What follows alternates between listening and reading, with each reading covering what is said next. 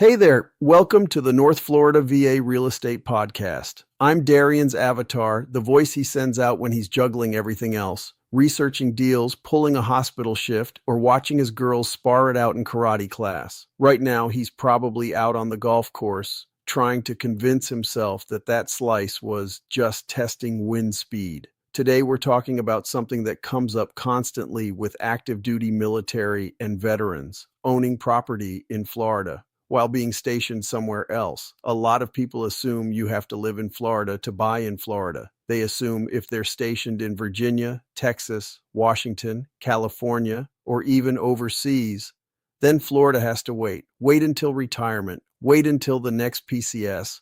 Wait until the perfect timing. And quietly, that belief delays wealth building for years. Because the truth is this: you do not have to live here full time to start building wealth here. And more veterans are beginning to realize that. They are using what I call the two-state strategy. You serve in one state, but you build wealth in another. And for many military families, that second state is Florida. Today, we're going to break this strategy down in simple terms. Why Florida continues to attract military buyers, how remote ownership actually works, what role the VA loan plays, and the mindset shift that allows veterans to start investing earlier instead of waiting. Because once you understand the mechanics, this strategy becomes much more realistic than people imagine. Let's start with the obvious question. Why Florida? Why do so many military families eventually end up here? The answer comes down to a combination of economics, lifestyle, and long-term planning. The first factor is taxes. Florida has no state income tax. That alone makes a significant difference for retirees and investors. When a veteran retires from the military, their pension is not taxed by the state of Florida. If you eventually build rental income, that income is not taxed at the state level either. Over a 20-year retirement, the difference can be substantial. Less tax leakage means more money staying inside your household, and wealth building is often about protecting income just as much as earning it. The second factor is population growth. Florida continues to gain residents year after year. Families relocate from higher-cost states. Retirees move south for climate and taxes. Remote workers relocate for affordability. Businesses follow population growth. And when population grows, housing demand grows with it. More demand for housing creates long-term stability for property owners. It supports home values. It supports rental markets. And it creates opportunity for investors who enter the market early. The third factor is military infrastructure.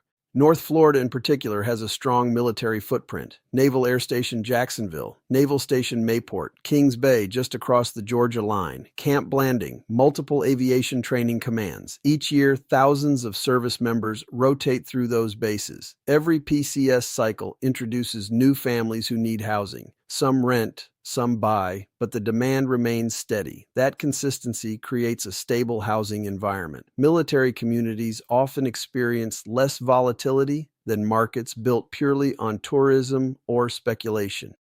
Now let's address the biggest misunderstanding. I can't buy property there because I'm stationed somewhere else. This belief is incredibly common, but it simply doesn't reflect how real estate works today. Remote ownership has become extremely normal. Technology has removed most of the barriers that once made long-distance investing difficult. You can tour properties through live video walkthroughs. You can review inspection reports digitally.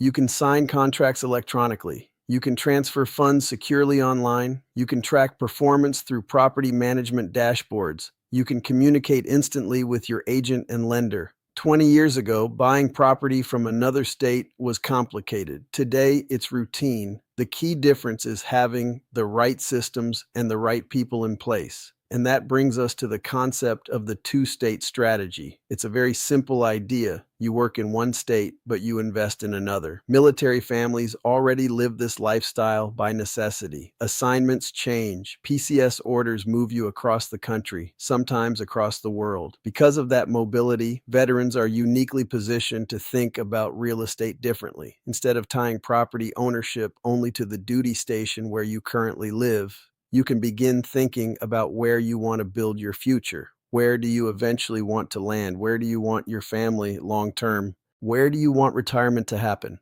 For many veterans, the answer to those questions leads back to Florida. Now, let's talk about the three most common ways veterans actually implement the two-state strategy. The first is future retirement planning. This is when a veteran purchases a property today but plans to live in it later. Maybe retirement is 10 years away, maybe it's 15, but they already know where they want to end up. Instead of waiting until retirement to buy a home, they buy earlier. They hold the property. They rent it while they are stationed somewhere else. And during those years, several things happen simultaneously. The mortgage balance slowly decreases. The property may appreciate in value, and the property becomes established in the local rental market. Time begins doing the heavy lifting, and time is one of the most powerful forces in real estate. Let me give you a simple example. Imagine a Navy family stationed in Virginia. They know that eventually they want to retire in Florida. Instead of waiting another decade to start looking, they purchase a home in North Florida today. Maybe it's a new construction property in a growing community. They live there for a short period while finishing an assignment. Then new orders arrive. They move again. Instead of selling the property, they convert it into a rental. A property manager handles the day-to-day operations. The rent covers the mortgage. 10 years later, when retirement arrives, the home already exists. The loan balance is lower, and the family has a property waiting for them in the state they plan to live in. That is the long-term power of early action. The second approach is what I call hybrid ownership. This strategy combines lifestyle and investment. The property serves multiple roles over time.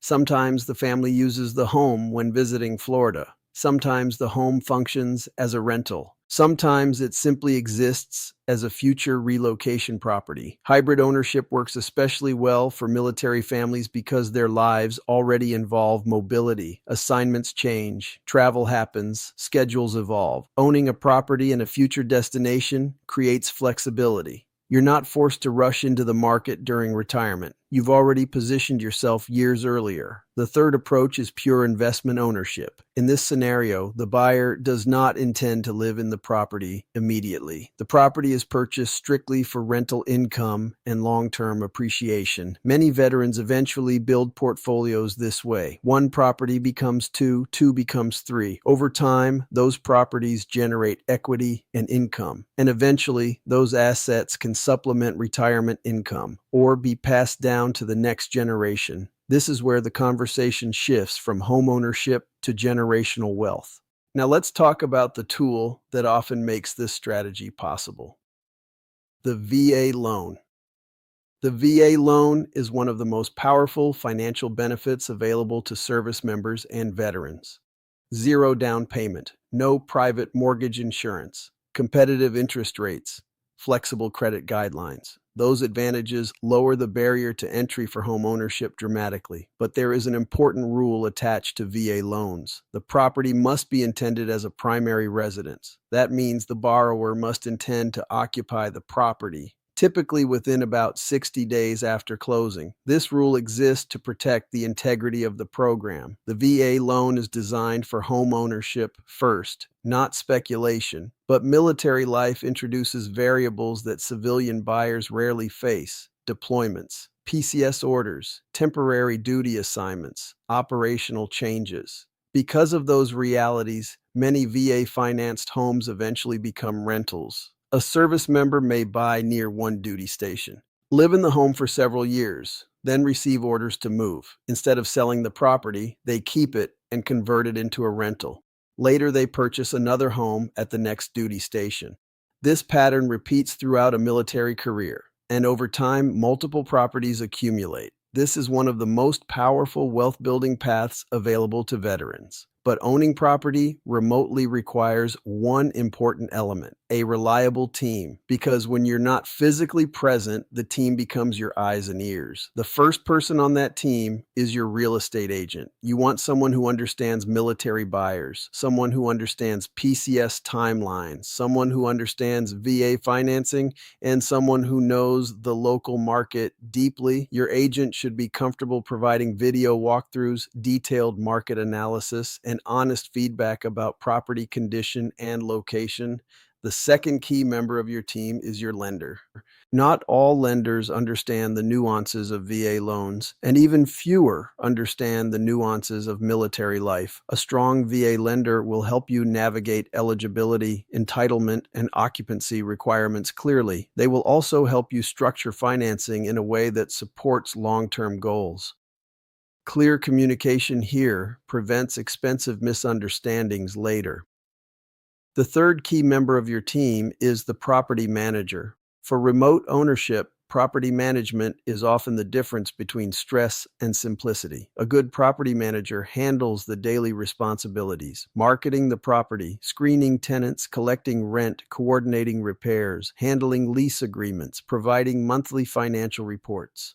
Most management companies charge between 8 and 10% of the monthly rent. But for remote owners, that cost often brings peace of mind. Instead of midnight repair calls, the management company handles the issue. Instead of coordinating contractors from another state, the manager handles scheduling. Instead of chasing rent payments, the system handles it automatically. And that leads to an important mindset shift. Many veterans believe remote ownership is risky because they're not physically present. But in reality, the right systems can make remote ownership extremely manageable. Professional management, clear lease agreements, routine inspections, financial reporting, those systems create structure. Structure creates predictability, and predictability reduces stress. Now let's talk briefly about something that often improves the numbers in Florida markets. New construction incentives. Builders frequently offer incentives to attract buyers: closing cost assistance, interest rate buy-downs, design upgrades, preferred lender credits. Those incentives can significantly reduce the upfront cost of purchasing a property. When combined with the VA loan's zero-down structure, they create a powerful entry point for many veterans. This is why understanding how to stack benefits matters. VA financing, builder incentives, population growth, military demand. When those elements align, the strategy becomes very compelling. But before moving forward with any investment strategy, we always need to address risk, because disciplined investors look at risk first.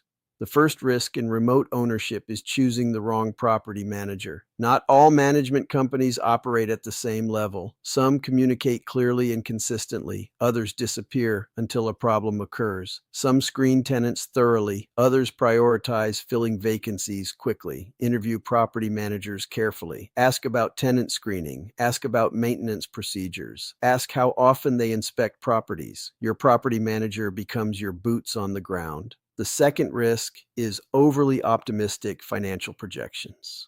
Many buyers assume the highest possible rental number when analyzing a deal, but smart investors do the opposite. They run conservative numbers. If comparable homes rent for $2,200, run your numbers at $2,000. Build margin into your projections, because vacancies happen, repairs happen, markets fluctuate. Conservative assumptions protect long-term stability. And that brings us to the final mindset shift for today's segment. Many veterans delay investing because they believe they must wait for the perfect moment. Perfect interest rates, perfect timing, perfect assignment stability. But perfect timing rarely exists. The investors who build the most wealth in real estate focus on something different. They focus on time in the market, not timing the market. They buy strong properties. They hold them. They allow appreciation and loan amortization to work over time. Years later, they look back and realize the most important decision was simply starting. In the next segment, we're going to go deeper.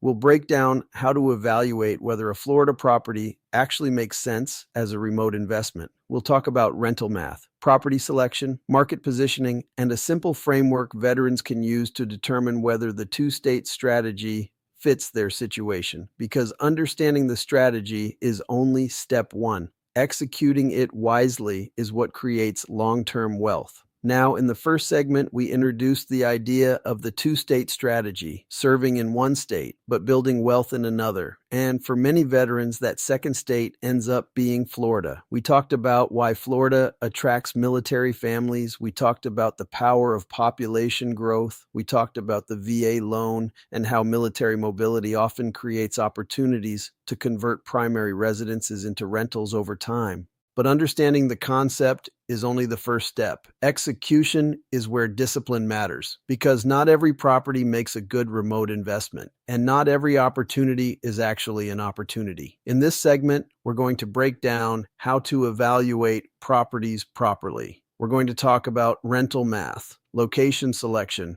property management strategy, and a simple framework veterans can use to decide whether the two-state strategy fits their situation. Let's start with the most important concept in remote ownership: numbers before emotion. Always. Real estate is emotional by nature. Beautiful kitchens, fresh paint, nice staging, but none of those things determine whether a property works as an investment. The numbers determine that. And when you're buying remotely, the numbers become even more important because you won't be physically present to adjust things easily. So before falling in love with any property, you run the math. Let's start with rent. The first question is simple. What will the property realistically rent for? Not the optimistic number, not the number someone hopes for, the number supported by comparable properties in the same neighborhood. Look at similar homes, same bedroom count, same approximate square footage, similar condition, and see what those homes are actually renting for. This number becomes the foundation of your analysis. Next, estimate your total monthly expenses. This includes the mortgage payment, principal and interest, property taxes, homeowners insurance, and if applicable, HOA fees. But remote ownership requires two additional expenses that local homeowners sometimes forget: property management and maintenance reserves. Property management typically runs around 8 to 10% of monthly rent. Maintenance reserves are often estimated around 5 to 10% as well, because even new homes eventually require repairs. Air conditioning systems age, water heaters fail, roofs wear out. Planning for those expenses prevents financial stress later. Now, let's walk through a simple example. Let's say a home rents for about $2,200 per month. Your mortgage payment is $1,950. Property management at 10% would be about $220. Maintenance reserve at 5% would be roughly $110. Suddenly, your monthly expenses look different. Mortgage, $1,050. Management, $220. Maintenance reserve, $110. Total, $2,280, which means the property may operate slightly negative each month. And that surprises many new investors. But here's the important part. Negative cash flow does not automatically mean a bad investment, because cash flow is only one component of real estate returns. Real estate wealth typically comes from four sources: cash flow, loan paydown, appreciation, and tax advantages. Each month that tenant pays rent, part of the payment reduces the loan balance. That builds equity. Meanwhile, the property may appreciate in value over time. Those two forces working together can create significant long-term wealth. So even if the monthly cash flow is neutral or slightly negative, the overall investment may still be strong. The key is making sure the numbers are manageable. You never want a property that creates financial strain. Now let's talk about location selection, because location drives demand, and demand drives long-term stability. In North Florida, several factors consistently influence rental demand: proximity to military bases, access to major highways, school quality, employment centers, healthcare facilities, and community development. Properties located within reasonable commuting distance of bases like NS Jacksonville or Mayport often experience consistent demand from military families. Those families value convenience, shorter commutes, and stable neighborhoods. Understanding those patterns helps you choose properties that remain attractive to renters year after year. Another factor to consider is new construction versus resale homes. New construction has several advantages for remote owners. Everything is new. Major systems are under warranty. Maintenance needs are typically lower during the early years, and builders often provide incentives that reduce upfront costs. But resale homes can offer advantages as well: established neighborhoods, mature landscaping, sometimes lower purchase prices, and occasionally stronger rental history. Neither option is automatically better.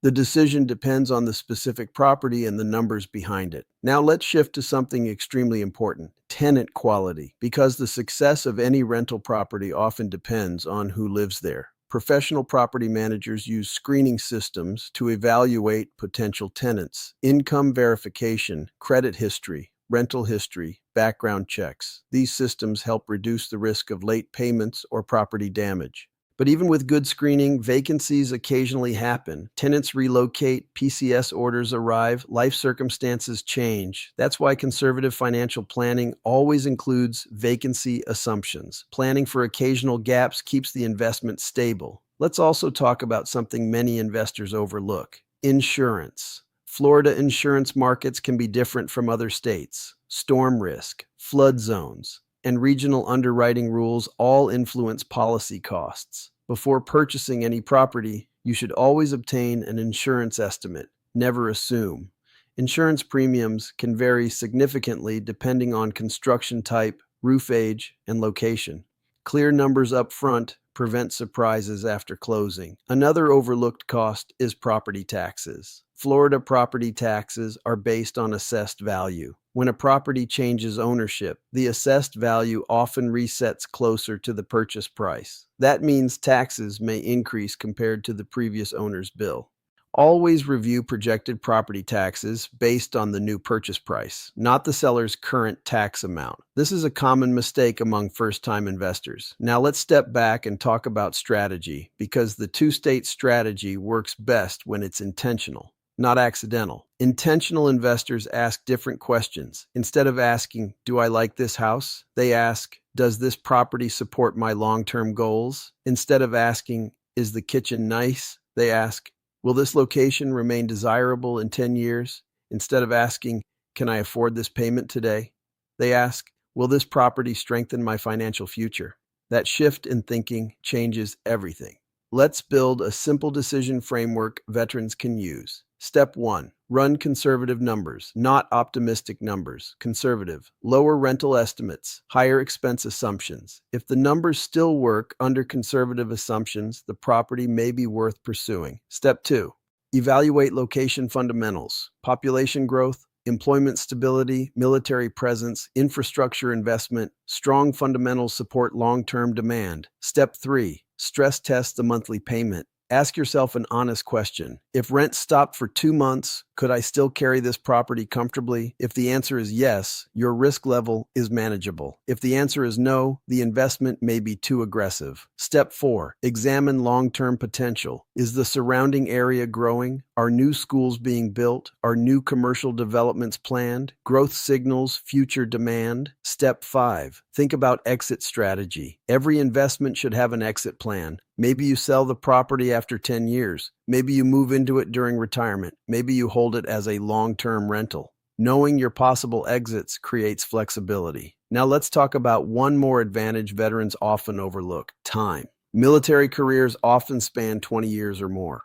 That timeline creates an incredible advantage for real estate investing, because real estate rewards patience. A property held for 15 years behaves very differently than a property held for 3. Loan balances shrink. Rent increases over time. Home values typically rise with population growth and inflation. Those forces compound slowly, but over long periods, the results become powerful. Let's revisit a simple long-term example. Imagine a veteran purchases a Florida property for $350,000. They hold the property for 15 years. During that time, several things happen. The loan balance decreases significantly. Rental income gradually increases with inflation, and the property appreciates with the broader market. 15 years later, the equity position could be dramatically stronger than the initial investment, and that equity becomes optionality. It can be refinanced, leveraged for additional properties, or simply held as part of retirement wealth.